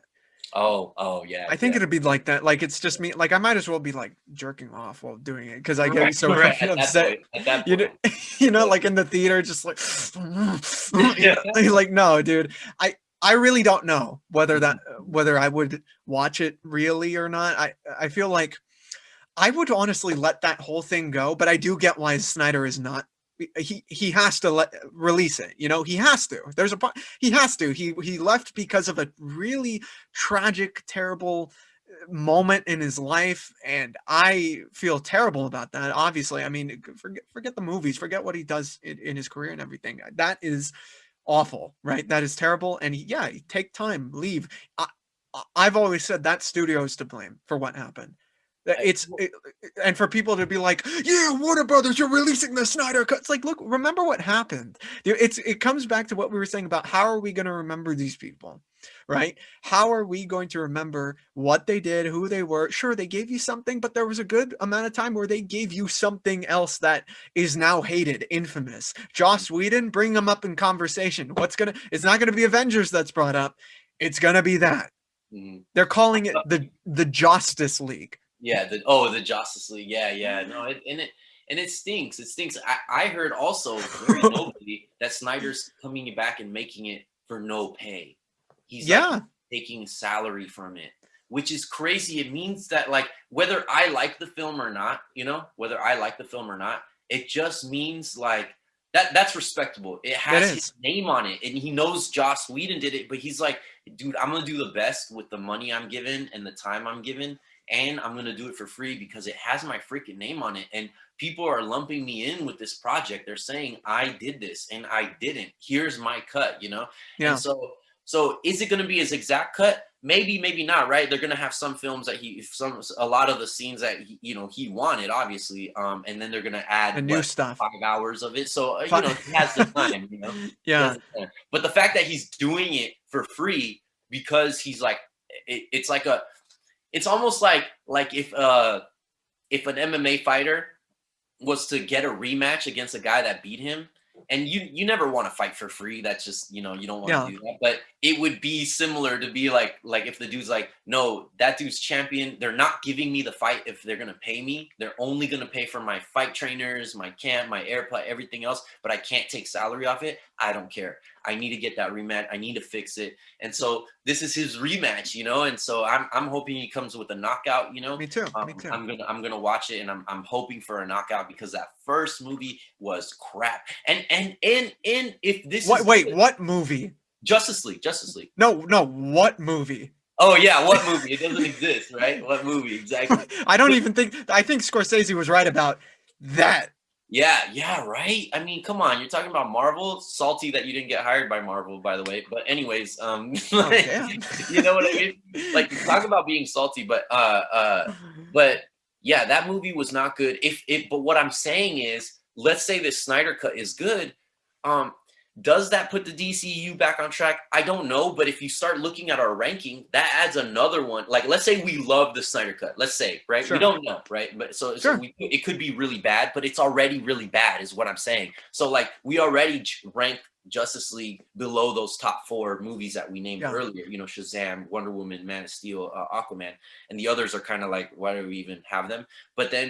But if this is good, that adds Justice League. That's a top 5. And then we only really have, Birds of Prey, Suicide Squad, and Batman vs Superman that's bad. And that's kind of like a pretty sturdy franchise if you look at something like the Fox franchise with X-Men, in ratio, that's pretty good. So like, I think the comparing to Marvel is what kind of hurts DC sometimes. But if we just have this Justice League be really good, will that kind of change the way people start looking at the DCEU, and I don't hopefully, know. we can get something fixed and get people that actually care about it other than studio people handling this, because what the heck is going on over there? Well, they're going to be there. It's just you need someone of the equivalent of like a Kevin Feige, because I think I brought this up on a podcast I was on with Real James, because he and I talked about Shazam. That guy's really cool. Real James is so dope. Oh I yeah, I saw him on the Geekly Goods. Geekly Goods with Angel. He was with Yeah, Angel, and then I was like, dude, who's this guy? He's really fun. So then I went and checked out his stuff, and I was like, oh, dude, this guy is great. And then you just did one with him, right? I did. I talked to him about Shazam, so get excited for that. But what we talked about was how, like Walter Hamada, who's the head right now, he said something along the lines of, "Okay, Justice League is Earth 1, and the Batman with Robert Pattinson is Earth 2." Right? This is the multiverse. We no one's ever done this before. It's just like saying things like that. I feel like it shows a disconnect of passion. You know what I mean? Like, because anyone who loves DC would know that Earth 2 is traditionally saved for the Justice Society, right? Why would you want to waste that with the Batman, right? Like, wait, which Justice League is Earth 1? Is it the Snyder Cut? Is it the movie we got? Is Shazam and Wonder Woman and Aquaman in the Snyder Cut world, or is it in that world? Like, oh no, it's Earth 1 and it's Earth 2. Oh my goodness. Kevin Feige would know better if he was in charge of DC. He wouldn't know better because those are potential investments, you know? Saying Earth 2 is going to be ... Saying Earth 2 alone, that gets fans excited. That gets them to purchase their tickets because they know, oh, Earth 2? That means Justice Society. I've been waiting to see the Justice Society. I guess not. You know? Well, so okay, Jeez. so you say that, and I'm halfway there with you. And the only reason I'm halfway there with you is because I agree with what you said up until you add Superman into it. And like, and we mentioned earlier about a black Superman, and we didn't really get into it or whatever. Right. But if we had someone like a Val Zod, it would kind of make sense to I don't know. I would imagine Matt Reeves or like that universe having a Val Zod Superman, and not, it would kind of be refreshing. Like at first when I heard the news, I thought it was woke hunting, right? When I first heard it. When I Right. first heard it, I was like, oh man, like here it goes. Like Hollywood's just like, not that I'm opposed to it, but you know, like we need more black superheroes, right? But those already, we can already, if it's really about being woke and it's really about that, and that's our agenda, like you know, supporting black people, whatever, Yeah, then representing you them. could take a traditionally black character and make him and show him to the world and be like that would really be the most right thing to do. Right. I'm not saying that this is wrong, but what I'm saying is, when that was my initial thought. But then I started thinking, man, this Pattinson Batman with what looks like the Riddler and the way this goes, if think about this, like not that I would be opposed to a white Superman, you know, in that world, but what Right. I'm saying is we've had a lot of them, and wouldn't it be a refreshing view and a take to have, especially in that gritty world, kind of like it looks a little more grittier, and so then you have this, you know, kind of like a different look, and Mhm. Right. this, he's not Clark Kent. It's a different, it's still Superman. He's Superman. He's Val Zod, but he's Val Zod. He's different. He's not Clark Kent. He's in this world. He's somebody. He's Superman. He embodies he is Superman, and we Mhm. show that he can be Superman and is Superman. But you know, he's still a different entity, a different being. He's not Yeah. Clark Kent, and I would be totally down with that. That's what I'm saying about the Earth 2. Like, man, like I feel you because I'm down, and they Yeah. do need a Feige. There is no other one. There's only one Feige. That's but you know, Thought it would be Jeff Johns, but then we saw what happened there. what And happened there. Yeah, I'm but just yeah, saying, like, it's just so apparent that it's like, dude, I understand that this is a financial investment for you, and it should be. That should be the first thing you care about, right? I right. mean, you're putting a lot of money into it, but it's like, you, it's lore that the people paying for, I said this in that Shazam video, they are paying for continuity. They are paying for continuity and experts to make this stuff happen. That's why Marvel works so well. It's because it's people who know what they're writing. People know what they're doing. WandaVision, I mean, look at WandaVision, right? That is like so deep into the Marvel lore, and Yeah. people want more of that, especially with the A-list characters, you know. So when this guy says Earth 1 is Justice League, well, which one? Earth 1 and Earth 2. Earth 2 is the Batman. It's like I feel like there's a disconnect there, you know? There is, yeah. And there is, right? And that what you said it best, continuity. The problem is like there is none in DC. There's all these different aspects where I can be where different fans can like different things, but you don't even know what's really connected and what isn't. Like Mhm. for example, this is a great example right here. I didn't know I watched Arrow. I'm from, I watched the even the Super Friends, I'm like Damn. that, but then there's, the animated, the Justice League, the animated Batman, all these cool animated things, they don't connect. And I'm not saying that they had to, Well, but well, what don't connect? well, Justice League connects, right, to Yeah. other That's a animation whole stuff that's a whole world as a right there. whole, Yeah. Um oh shoot, and now I forgot my point. I'm sorry. No, no, all good, all good. But dang, yeah, I forgot my. You're talking about how you watch these shows coming out and it was about the continuity and everything. Oh yes, yes, yes. So the perfect example is like I like Arrow, right? And Right. then yes, there's the Arrowverse, with Flash and stuff like that, and that's cool, and that's cool. But then now there's these other shows, and like I don't know if they're connected or not, or like Titans are and they Doom connected to the Patrol. movie? Yeah, so I was gonna say like I like them individually. Like I started getting into it, and I watched a few episodes. I'm not done with the seasons, but Titans, from what I saw, I didn't watch it because I thought, man, like I saw the concepts and some of the clips, and I was like, no. But I watched it and I was like, it's cheesy as hell. You know what I mean? It's Yeah. so cheesy. It's melting cheese through my screen. I get covered in cheese after it. I'm like, gross. You'd imagine it would belong on the CW. You would, but the themes though, the themes in it Mhm. are dark enough to carry me through. It is corny, it is cheesy, but I mean, I'm a superhero. I love I hate when that's like the main complaint of why something doesn't work, or they don't like it, like it's corny, like Superhero. Oh, right. corny? Okay, okay. Right, or like yeah, it's corny or cheesy. So that's not my main. That's what I'm saying. Like I'll watch cheese if like if you can hook me in with something else, right? If Let's there's something melt else, the cheese rather than microwave the shit out of it. right, right. And so I thought, and maybe I get torn up in the comments or whatever, but again, like I stayed away from it because of DC Legends of Tomorrow and like other shows where I was like, do I need to watch the Titans? I finally watched Titans. Finally watched Doom Patrol. Do they connect? Probably not. I have no idea, but I'm watching it and they're dope. They're pretty dope. Yeah.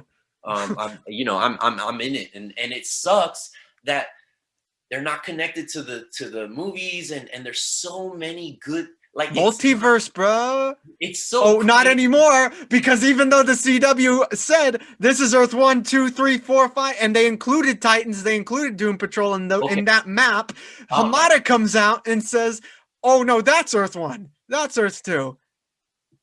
Basically, this to the fans. I mean, it's so I bad. might sound like a raging nerd right now, but I Yeah. feel like that's disrespectful to the people who are paying and want the customer. I feel Well, like that's disrespectful. especially when they already created something that everyone clamored was great, right? And so I don't know. Yeah. I don't know. I thought they did a fairly good job, and like I said, I didn't know that they were included. Because I haven't been watching that universe all the way through. Like I Oh said, yeah.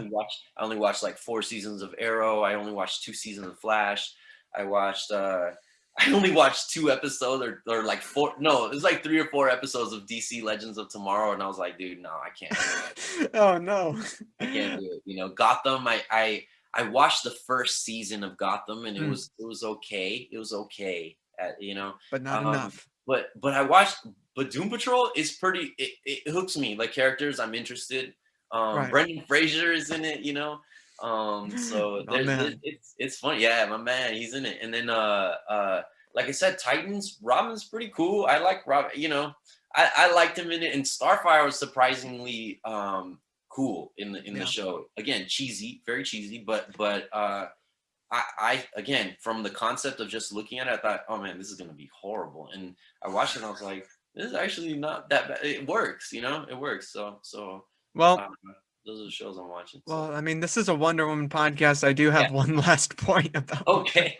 Thank you guys for sticking around if you're still here. I'm sorry we're getting off track and all that. We have to talk about the involvement of Wonder Woman in the Snyder Cut. This is obviously the journey to the Snyder Cut, and Wonder Woman's in it. We're going to get a new take on Wonder Woman in this film. So, obviously, in the movie that came out in 2017, Justice League, Wonder Woman was kind of pushed to the side, kind of similar to her involvement in BVS, where she's just there for fighting mainly.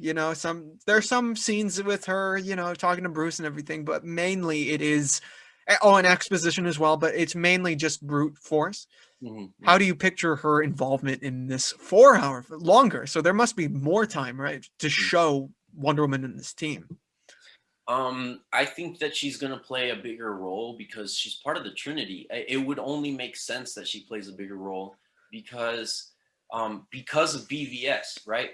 So I don't like that movie, but yes, the way they portrayed her was just physical force in that movie too.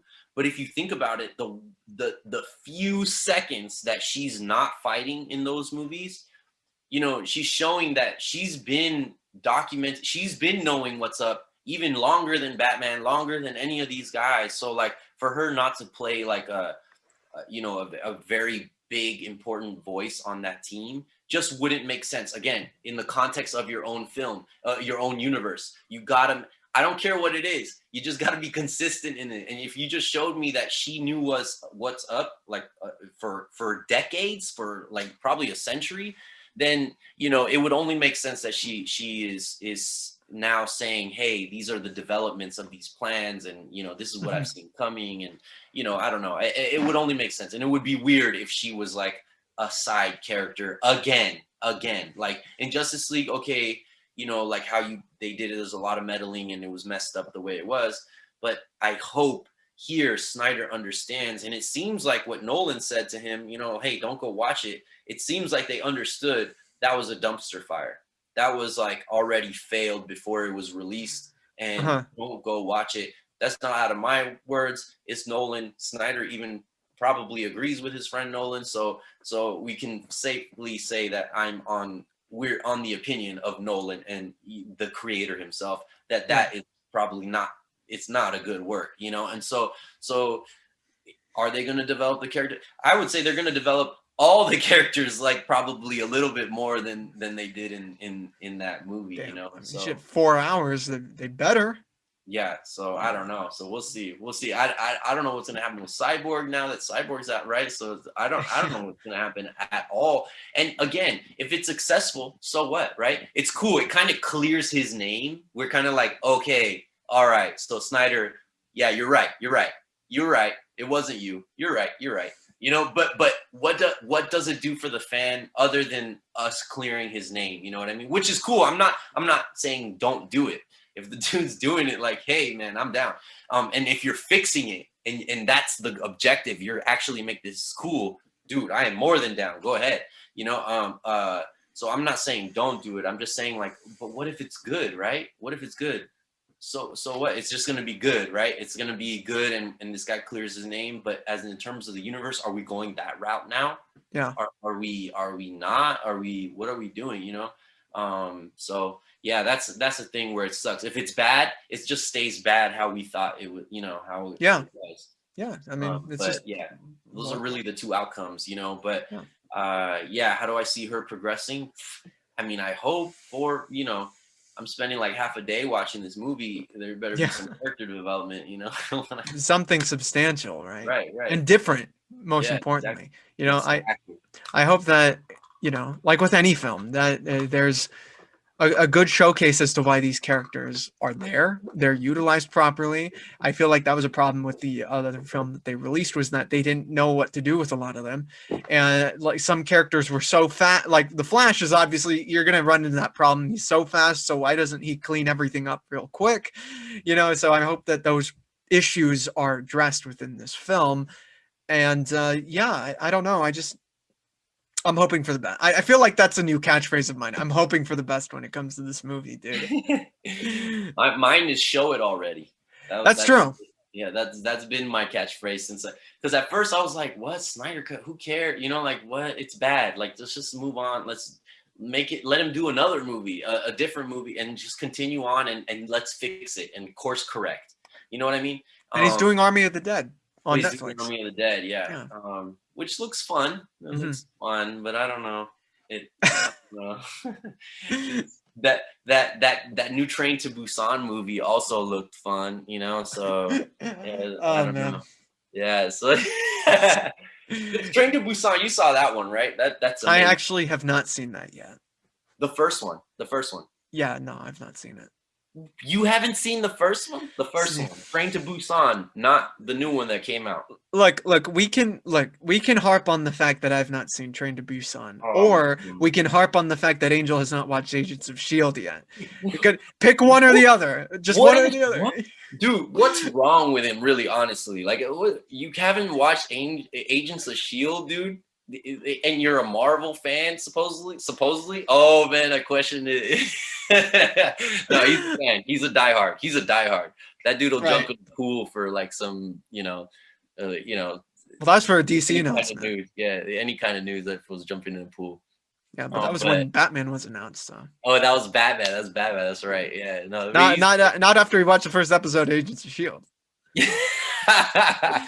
Dude, that show, I guarantee if he watches it all the way through, if you count, you'll start losing. You need more fingers to count the goosebump inducing moments. You will lose. And yes, it's 7 seasons, but the amount, count how many other shows, how many times they've given you goosebumps.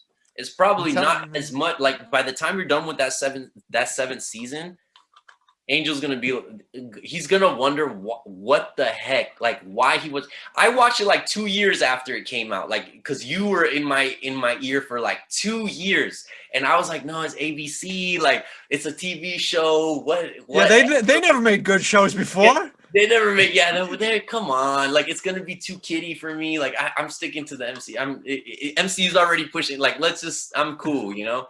And then, like, what, a year or two passes by, like, probably more than that. And I remember finally, like, okay, now I can stream them. Let me just watch them, because why not? I'm just sitting here eating, you know, I'm thinking of stuff to watch. I'm a Marvel fan. Let me watch it, you know. And then, like, first it was Deathlock. And then it's just, I don't want to spoil it for everybody. But it's just thing after thing. If you are a Marvel fan, you will laugh, you will cry, you will jump and scream. I don't even know how many times by the end of, if you're done with that entire show, and you will see why they don't have Agent Coulson in the Avengers movies. It's because there would be no movie. Daniel, I've been saying, look, let me tell you something. I've been saying this, and they don't want to hear it. So that's it. And that's how we know that this Wonder Woman podcast is done. Yeah. Where we get so excited about Agents of S.H.I.E.L.D. So guys, thank you so much for bearing with us. We had a really good discussion, Daniel. I really do appreciate you coming back, because you are on another video. And hopefully we can talk more DC, because I know that Wonder Woman 84 is going to be the last one in the series until the Snyder Cut does come out. The day before Snyder Cut comes out, that will be the video. So maybe it'll be you, Angel, and I talking for another 6 hours about that. And yeah, I do appreciate you coming on, and maybe we can talk shit to Angel to his face. Let's do it. I'm down. I'm always down. Daniel, where can the people find you? They can find me on Instagram, The Show No One Asked For, YouTube. We also have our shows coming out. Episode 620 should be coming out. Well, I don't know when this show is coming out, but it should be dropping. We just dropped episode 619. So yeah, we're trying to have guests on and you know, get our daily content. We normally talk like a bunch of stuff, but you know, pop culture, movies, TV, comics, video games, whatever comes to mind. We just, you know, BS around, we shoot the shit, you know, stuff like that. So, but yeah, that's where I'm at, you know, and I listened to the last episode where you guys were getting really heavily into hip hop, you know, that's right. top tens, how you consider your top tens, all of that. Yeah, yes, definitely. So again, we get into a bunch of different stuff. Hip hop was like heavy on the last one, but well, Saga MC, he's my co-host, so he's an MC, so of course hip hop's gonna bleed into the show and stuff like that. But you know, making guest appearances like this is always fun, and especially on the GOAT. Like, thank you so much for having me. I am honored. I watch you guys' live streams. The stuff you guys produce is always like really.